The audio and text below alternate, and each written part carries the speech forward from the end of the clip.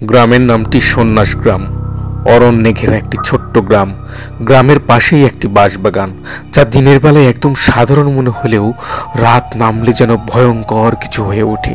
সেই বাঁশবাগান নিয়ে বহু পুরনো গল্প প্রচলিত। গ্রামের বয়স্ক মানুষদেরই দাবি সেখানে রাতের বেলা কেউ গেলে আর ফিরে আসে না। অমল ছিল গ্রামটির এক তরুণ। সাহস আর কৌতূহল তার রক্তে। বাঁশবাগানের গল্প শুনে সে বরাবরই হেসে উড়িয়ে দিত। ভূতের অস্তিত্বে তার কোনো বিশ্বাস ছিল না। একদিন গ্রামের বড়দের গল্প শুনে সে দৃঢ় সিদ্ধান্ত নিল বাঁশবাগানে গিয়ে দেখবে আসলে কি হয়। বিষয়টা নিয়ে তার বন্ধুদের সাথে আলোচনা করলো।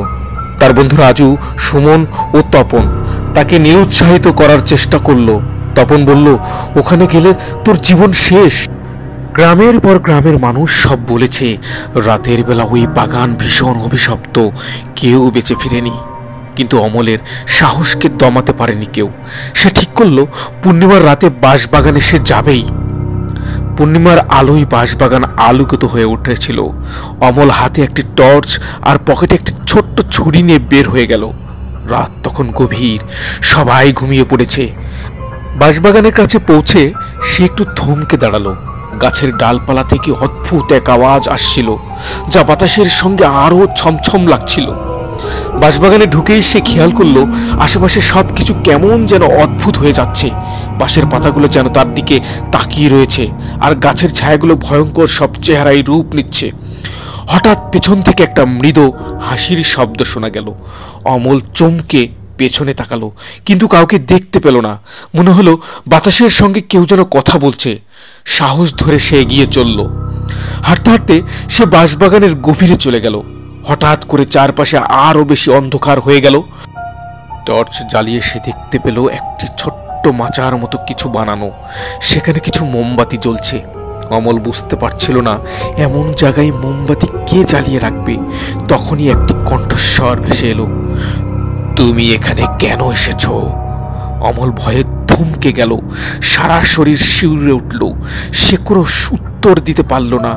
কয়েক মুহূর্ত পরে দেখতে পেল একটা সাদা পোশাক পরা মহিলার অবয়ব ধীরে ধীরে তার দিকে এগিয়ে আসছে। মহিলার মুখ ঢাকা, কিন্তু তার হাঁটা আর উপস্থিতি ভীষণ অস্বাভাবিক। মহিলা বলল, এই জায়গায় যে কোনো মানুষ এলে সে আমার অভিশাপে মারা যায়, তুমি ফিরে যাও। অমল সাহস সঞ্চয় করে বলল, তুমি কে? কেন এখানে মানুষকে ভয় দেখাও? মহিলা বলল, অনেক বছর আগে এই গ্রামে আমার বাড়ি ছিল। গ্রামের কিছু লোক আমাকে মিথ্যা দোষে ফাঁসিয়ে হত্যা করেছিল। আমি তাদের অভিশাপ দিয়েছিলাম, তাই আমার আত্মা এখনো এই বাঁশবাগানে ঘুরে বেড়ায়। অমল বুঝল মহিলার আত্মা প্রতিশোধ পরায়ণ হয়ে উঠেছে, কিন্তু সে নির্ভীকভাবে বলল, তোমার প্রতিশোধ নেওয়া তো হয়ে গেছে। যারা তোমাকে কষ্ট দিয়েছে তারা এখন আর নেই। তুমি কেন নিরীহ মানুষকে ক্ষতি করছো? মহিলা চুপ হয়ে গেল। কিছুক্ষণ পর তার দেহ থেকে আলোর ঝলকানি বের হতে লাগলো এবং সে ধীরে ধীরে মিলিয়ে গেল। অমল বাগান থেকে জীবিত ফিরে এলো। তার কাহিনী শুনে গ্রামবাসী প্রথমে বিশ্বাস করতে চায়নি, কিন্তু সেই ঘটনার পর থেকে বাঁশবাগানে আর কোনো অদ্ভুত ঘটনা ঘটেনি। গ্রামের মানুষ বুঝতে পারল অমলের সাহস আর সততার কারণে তারা একটি দীর্ঘদিনের ভয় থেকে মুক্তি পেয়েছে।